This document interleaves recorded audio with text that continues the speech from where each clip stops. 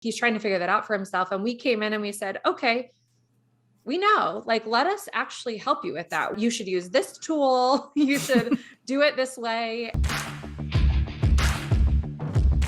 Welcome to Monday Mornings with Michelle, the new business podcast. Whether you're kicking off your day or kickstarting your business, Michelle is going to kick your ass into next week with the essential fours: strategy, systems, support, and state of mind. Now, welcome to center stage, Michelle Nedelec. Hey there, peeps. This is Michelle Nedelec, and I'm super glad that you're here with us today because I am here with my amazing guest, Amanda. Amanda, thank you so much for being here with us today. Thank you so much for having me, Michelle. Awesome. So give everyone the 5,000-foot view of who you are and what you love to do. Yeah. So again, my name is Amanda Hamilton. I am the founder of Hamilton Raye. That's Raye. And fun fact, a lot of people ask me where Ray comes from, and it's actually my middle name. So kind of flipped it around a little bit, but, so yeah, I live in Cleveland, Ohio. I have a mini Labradoodle, Tank. I'm an aunt to two amazing nieces. I love spoiling them. I actually have really tried to take advantage of living remotely over the last year or so. My business is fully remote. It has been since the conception, but the last year I've really been trying to take advantage. So right now I'm actually in Delray Beach, Florida, spending an extended amount of time down here, really trying to enjoy the sunshine.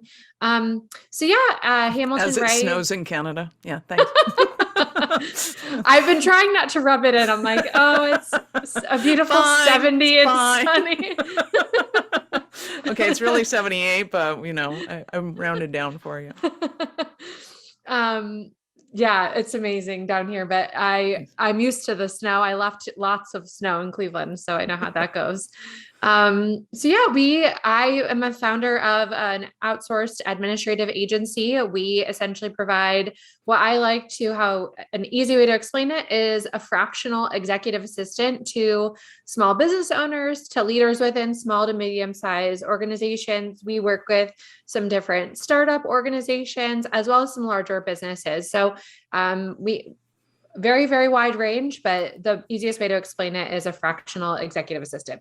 Nice. I love that. And it's a term that is becoming well known, especially amongst like CIOs, CMOs, to be able to get your C-suite people in for just pop in, pop out. When it comes to VAs, how does that work? Like, does somebody need to know exactly what they need to do, or does the VA usually know, like, hey, can you take care of my email? And they know what that means. Yeah. So fun thing. I actually don't consider us VAs. We keep ourselves very separate from, I would say, that industry. And I can share a little bit about like the why and stuff in a minute, but,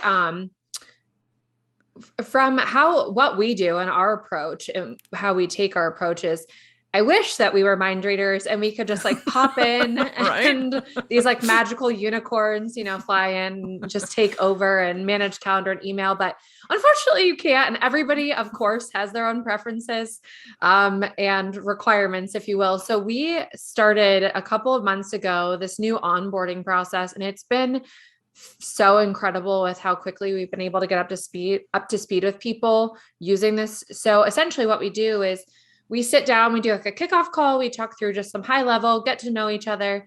We actually spend an entire hour on Zoom doing what we call admin access. So we get access to everybody's information. And then after that, we actually spend a very large amount of time together with our client, talking through all of the standard operating procedures. So we'll talk through, what do you like about your calendar right now? What don't you like? What is your ideal state of a calendar? How do you like your inbox managed? And we document all of that. So then after that, we can just hit the ground running and know that's when we turn into magical unicorns and we can kind of essentially become mind readers after that. Nice. Love that. So explain to people what the difference is, because I know what the difference is between a VA and a executive assistant and like there's like 7 or 8 different roles that you can actually hire somebody to do. So explain how you do what you do and what the benefit of doing it that way is. Yeah. So how we're set up is we truly become like integrated into somebody's team. And I would say our bread and butter is truly in administrative work, like the executive assistant calendar, travel, all of really becoming the gatekeeper for an executive or a business owner, just like what you use, or I mean, people still have, but the idea of an executive having this individual sitting outside their office, like running to them, hey, do this for me, or that's just what we following are them around with their coffee and their lunch. Yeah, and really all I can picture when you say that is The Devil Wears Prada. I just really want one of those. I won't be that mean to her, but I just really want somebody that can do all that for me. And you can. Everyone can have fun. Tell me more. Tell me more. And so we do that more of like a remote setting, really making sure that we can essentially be accountability partners for some of our clients too. Like we'll help them track tasks, make sure that we're blocking time on their calendars to have the appropriate time blocking to support those tasks. And so we really build out that executive assistant fractional piece of things. And then we also have specialty services that if we do have a small business owner that maybe doesn't have a fleet of individuals working for them, like a graphic designer, and they need some help with the documents in graphic design format, maybe updating a PowerPoint, things of that nature, we have specialists on the team that can do that work for them. So we almost become this mini team, and we build this little structure around each client in order to accommodate what they need. And so it really allows the one thing I've always been focused on, and a lot of times I think VAs try to be everything. And I always say to my team, no, not one of us is good at everything. Like, let's not even try. Let's really focus on our niche. And that's where our specialists really truly come into play, because like I said, not everybody's good at everything. And I even do that with our like executive assistants, what we call our dedicated admins with our clients. I will make sure that what they're really, really good at, that's who I'm matching them with a client and that client needs, versus trying to force something together that's not going to work. Oh, absolutely. I love that. And it drives me nuts in the industry that people will call anybody and anything a VA.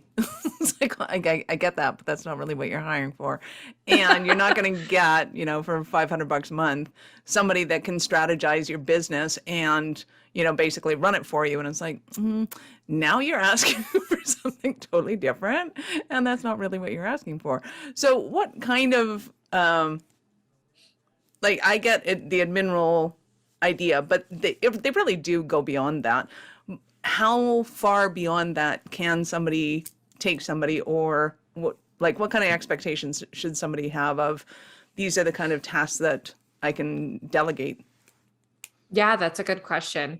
How we like our approach is we truly like to be solution based. So if we see something that you're doing, I'll give you a recent example of somebody that we just started working with, and he was trying to figure out how to coordinate when he was bringing on a new client, making sure that they were getting then set up for future time with him. He's a physical therapist. And so he's trying to figure that out for himself. And we came in and we said, okay, we know, let us actually help you with that. You should use this tool. You should do it this way. And he said to us, after we kind of took over and did all of that, he's like, I love how you did this, because I've actually probably gained more clients or retained more clients having you come in with this solution. So a lot of what we do is it's kind of fun because, we have so many different clients. And so we're able to learn from one and take those learnings to another.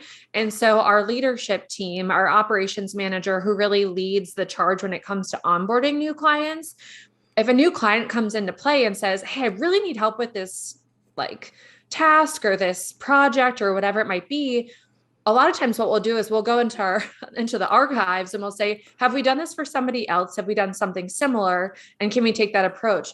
We actually have a new client that's coming on in about a week, and it's a pretty large financial tech company, and they need a ton of help with interview scheduling. We actually do that already for one of our other clients. And so we actually asked the new admin to meet with the existing to say, all right, let's take their learnings. We do it really, really well over here. We're going to take that. We're going to move it over here. So we do a lot of that work between our operations manager and our client success specialist. They really partner together with the admin and the client to bring those solutions to life. Nice. I love that, because to me, it's so important for most entrepreneurs. Like 90% of entrepreneurs have zero business experience when they become an entrepreneur, right? So they don't know how to organize their files. They don't know how to organize anything really. And they start throwing spaghetti up against the wall, see what sticks. And it's like, oh, okay, that worked for them. But it's not systemizable. It's not something that has any structure that's going to be any scalable by any stretch. So I love that you guys come in as the expert, because one of the things that also drives me a little crazy is entrepreneurs don't know what they're hiring when they hire a VA. They again blanket it all up into this one thing, and they think that everybody's the same. It's like, no, some people are really good at automated tasks. You know, if you need all of these, I don't know, receipts entered, you know, you can have 100,000 receipts and somebody's going to be really good at that. Somebody else is going to go, like, you can pay somebody else less to do that, because my skill is actually in organizing your time and your day, and that is a more valuable task, and they don't realize that. And hiring a team like you guys, you have the expertise. So instead of going, what are we doing? What are we doing? It's like, hey, can you give us this? We need that. We need this. We need that, which is immensely helpful to an entrepreneur who's starting. And if I could go back 20 years, I would only hire people like you who actually know and just drag out of me, what do you need from me? Okay, great. Let's get this rolling and make it happen. Because I always thought I needed to be the one that knew what had to happen next, and that I had to give instructions to. And it's like, I don't know what the hell I'm doing well enough to explain it to somebody else to do it. I just know, you know, it has to get done, and you can't really delegate that way. I think that's such a good point, because I was like that at one point too. I thought that I was the one that had to know how to do everything. And as soon as I realized, like, Amanda, you do not need to know how to do everything.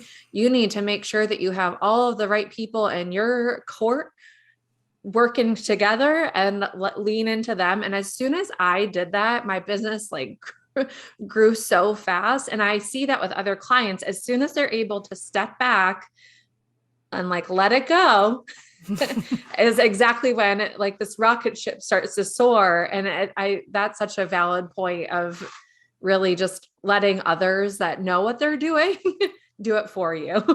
Nice. So talk to me about somebody that's like, I see a spectrum of people, of ones that only need a little bit. It's like, well, I only get so much email in a week. Like, they may only get 25 emails. I couldn't imagine that. I have more newsletters and crap, let alone. So I'm probably getting like 1,000 emails a day. But there are people at the other end of the spectrum that maybe only get 25 emails a day. And so I'm like, well, you know, I just need somebody to answer these people within 24 hours, get back to them, kind of thing.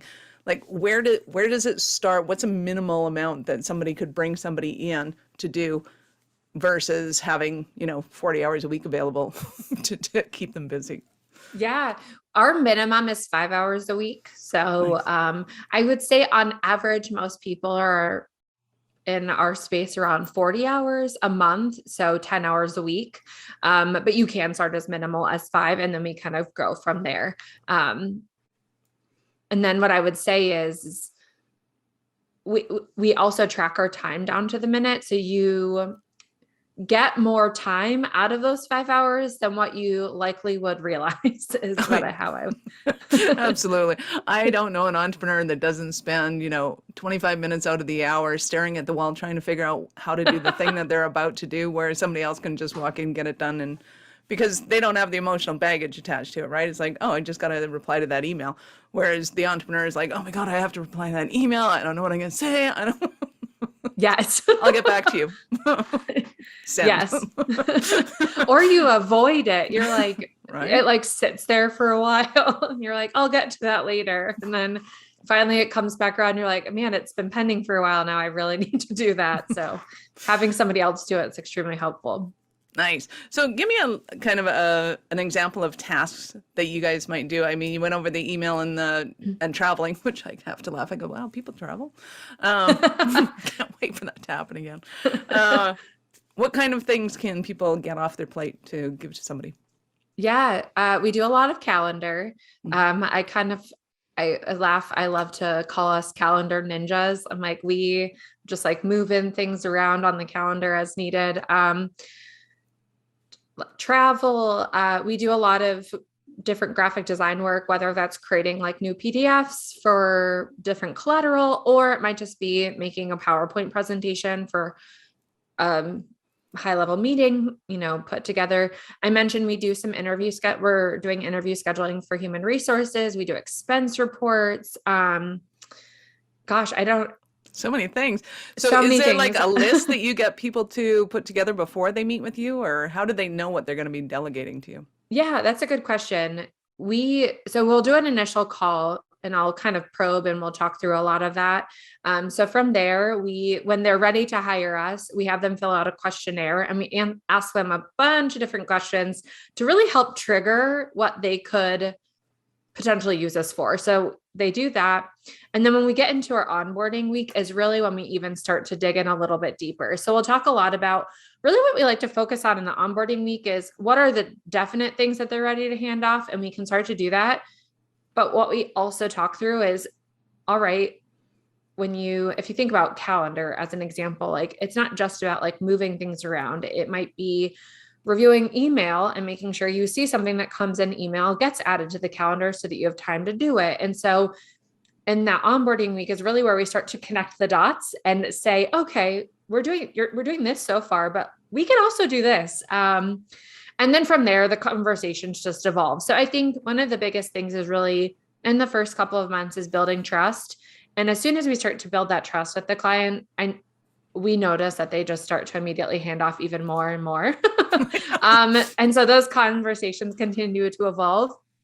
And then after that, we actually do a check-in point at 60 days of working with the client, and we'll start to talk through how are things going, but then also we'll go to them and say, all right, what other services, if any, do you need support on? We do a lot of like event management, it might be putting together a board meeting and managing all the details for travel and the event space. We've done a little bit of light, just actual conferences, trade shows, working on site. So I would say a very, very wide range. I've yet to say no to something. So we typically assess what the need is and kind of go from there. Awesome. So is there any particular kind of businesses or entrepreneurs that you love to work with or that are ideal for what you do? Yeah. I would say we love working with a solopreneur. So those individuals that are working on their own.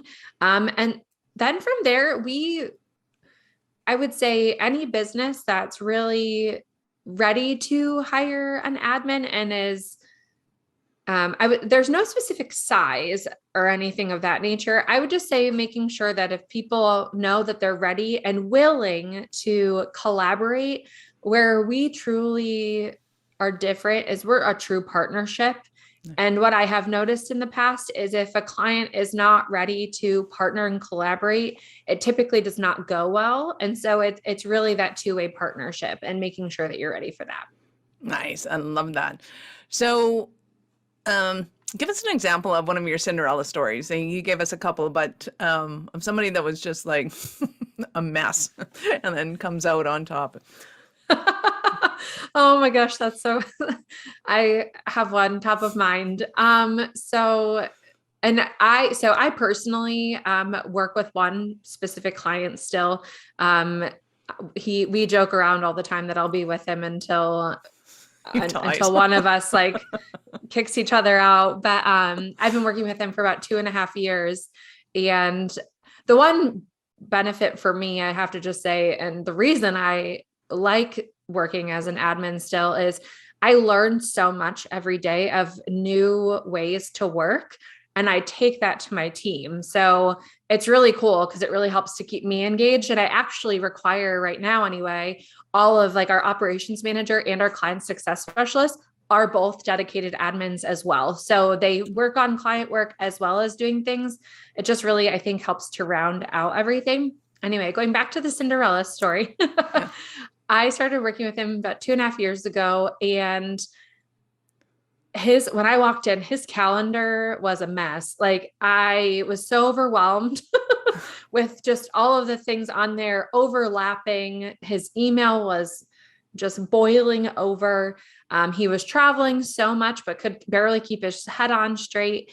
And so I came in and we, started chipping away at one thing at a time. And it definitely took him, I would say, about 3 to 6 months. I can't remember the sweet spot, but it took him a while to actually like let control go and say, okay, she's got this. And I feel really, really good about it.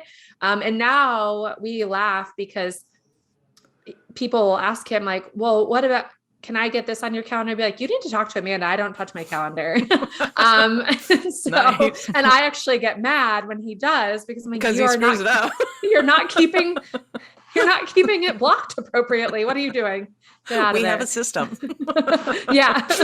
And so that's the ultimate goal, right? Is Right. that we truly become the gatekeeper. Like that's what our goal is. And like the end goal is no, people aren't reaching out to him. I even have clients know that they have to reach out to me to talk to him or his team. So yeah, I would say in a nutshell, it went from, I won't even talk about the mess that it was to what it is now. It's been great. And it's been so much fun to work with him, but yeah.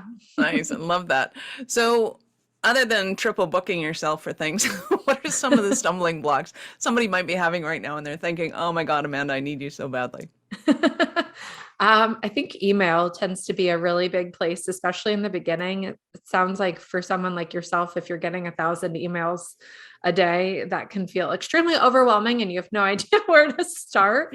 And so we take a pretty thoughtful approach there. One really fun thing that we try and make sure that we do with every client is anything that they need to unsubscribe to, we create a folder right in the beginning of onboarding and just have them file anything in there that they see to unsubscribe. And we'll just go through and unsubscribe to emails.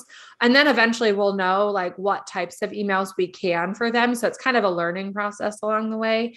And then, just learning how best to flag things for them, really cleaning up an inbox. We had a recent client and I can't remember the exact number, but I'm pretty sure that the admin on the account said she walked in, she was like, there were 10,000 unread emails, Amanda. And I was like, oh my goodness, that's a lot. I don't even know how somebody can even open up an email like that.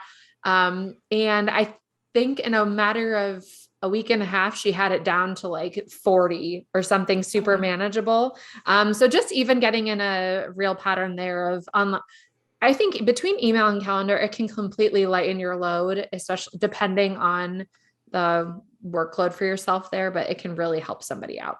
Oh, absolutely. And of course, being a marketing tech, I don't unsubscribe from anything because it means that then they won't be able to send me anything anymore. So it's, if I really don't want the newsletter or whatever, it's a matter of sending an email back and going, hey, can you take me off your mailing list? Which then becomes an arduous task, which then needs somebody else to be writing that letter. So I can double your task load anytime for that. So how quickly could somebody feel like they're getting on track? Like I get it that if they have control issues, obviously it's going to take longer. And if they really have something that is actually complex, it may actually take somebody a little longer to figure out how their system works. But in reality, like on average, how quickly can somebody start to notice, holy shit, this is exactly what I needed? Yeah, it could be a matter of a month. We onboarded a client last month and he's already saying it's in a matter of a couple of weeks. He was telling us, I don't know what I did before her. And I now understand why so-and-so has been telling me to get help for such a long time.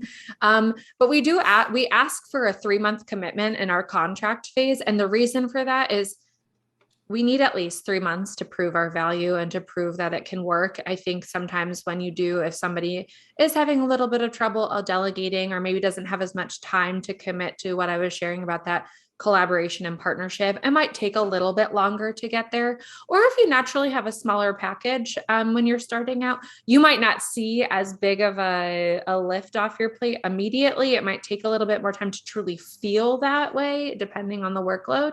But yeah, I would say anywhere between a matter of a week to 3 months. Nice. Or in some cases, immediately. Yeah. Geez, that's done Yes. already? Now what do I get to give you? That's awesome. I know our listeners are going to want more from you. How did they begin their journey with you? Yeah, they can find us at hamiltonraye.com. As I mentioned before, that's RAYE. And we're on Facebook, LinkedIn, and Instagram. Nice. Love that. So I have to ask you, at what point in life did you know that you were a special kind of crazy enough to think that you could become an entrepreneur? Oh my goodness, that is such a fun question. I never thought that I was going to end up in this world. Honestly, I worked in corporate retail for 10 years out of college. And I just have to tell you a funny thing. Back in, I think it was 2013, I went to the psychic and she told me there, she was like, I see this business. It's a really big business and it's going to be great. And all I was thinking was, this part of the brand that I was working in my corporate job, I was like, oh, wow, we've been working so hard on this launch. I'm so excited. And it's going to be big, and then gosh, 5 or 6 years later, I end up starting this business kind of on a whim. And it made me laugh because I would have never back in the day even thought that. But where I think it was is when I knew I needed a change out of kind of like my corporate, I don't even know, rhythm. I wanted to work remotely. And that was what did it for me. And as soon as I left there and kind of started navigating my way and found that I could kind of build something cool that I wanted to emulate, like culture and remote environment, that's really when it took off for me. So I knew I could do it myself and I did it. Nice. I love that. So talk to me about the remote working. So do you travel or do you just kind of hang out at like funky places that you want to go to? What dictates kind of where you go and what you're doing? Yeah, that's a good question. I personally love to travel. So I love the concept of being able to kind of like live and work from anywhere. So for me personally, I'm always doing something. I would say I was in Colorado in January with my family, and it was nice because I was able to work a little bit and then go do something fun with my nieces and then maybe pick up the pieces at the end of the day. And I've been traveling since the beginning of February. Now I was in Myrtle Beach with family, and then I've been in Florida since, and I'm going back home next week.